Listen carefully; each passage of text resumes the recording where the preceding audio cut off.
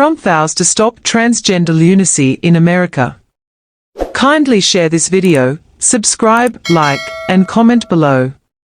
United States President-elect Donald Trump has promised to stop the transgender lunacy on his first day in office as Republicans prepare to control Congress and the White House. Trump made this vow while addressing young conservatives at an event in Phoenix, Arizona, where he outlined his plans to roll back LGBTQ rights and implement strict policies. He said, "I will sign executive orders to end child sexual mutilation, get transgender out of the military and out of our elementary schools and middle schools and high schools." He also promised to keep men out of women's sports, adding that it will be the official policy of the United States government that there are only two genders, male and female. The issue of transgender rights has become highly polarized in U.S. politics, with Republican and Democratic states adopting opposing policies. These debates cover gender-affirming medical treatments and restrictions on certain books in schools and libraries. Just last week, Congress passed a defense budget that blocks funding for some gender-affirming care for transgender children of military service members.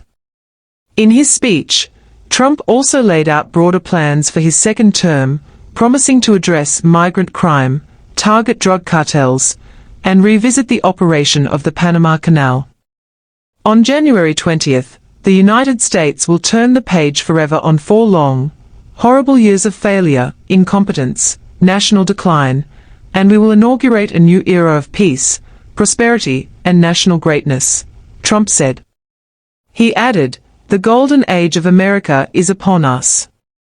Trump pledged to end the war in Ukraine, stabilize the Middle East, and prevent World War III, though he did not explain how he plans to achieve these goals.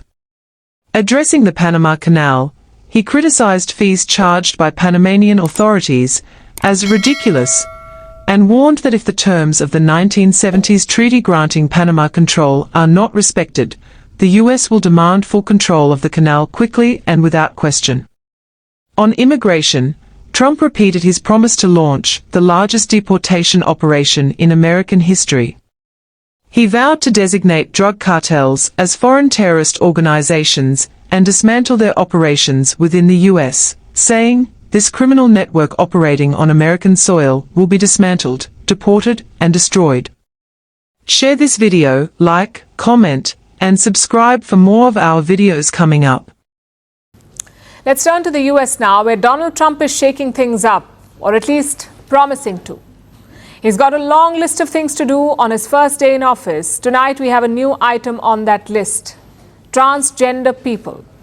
Trump wants to expel them from the US Army, and this has triggered a whole new debate.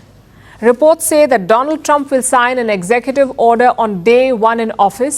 He will ask the Pentagon, which is their defense ministry, to fire all trans workers. And how many is that? Around 15,000. He wants to fire 15,000 trans workers from the US military. Frankly, it's on brand for Trump. In his first term in office, he banned transgenders from joining the US Army. Later, Joe Biden reversed that ban. And now that Trump is coming back to office, he promises to go one step ahead.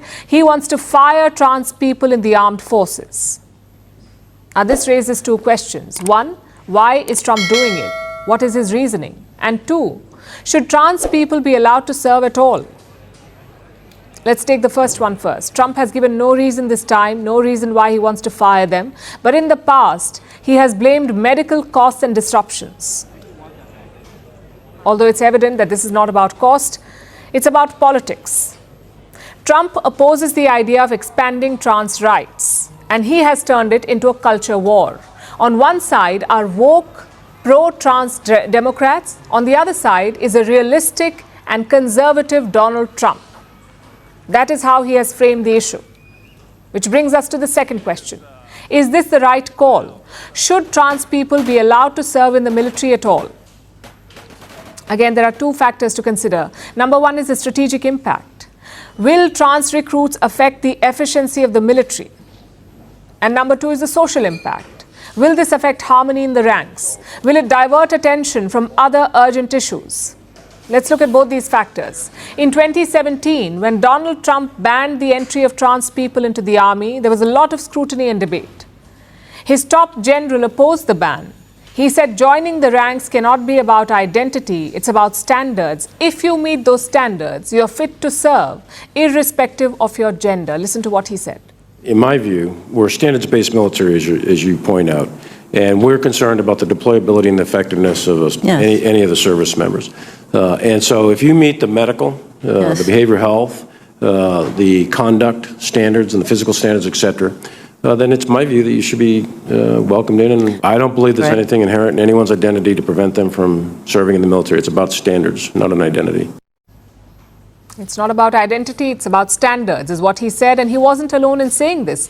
56 retired admirals and generals opposed that ban. They asked Donald Trump to reverse it. So these generals say that having trans people in the army does not compromise it strategically. Then we come to the medical side of it.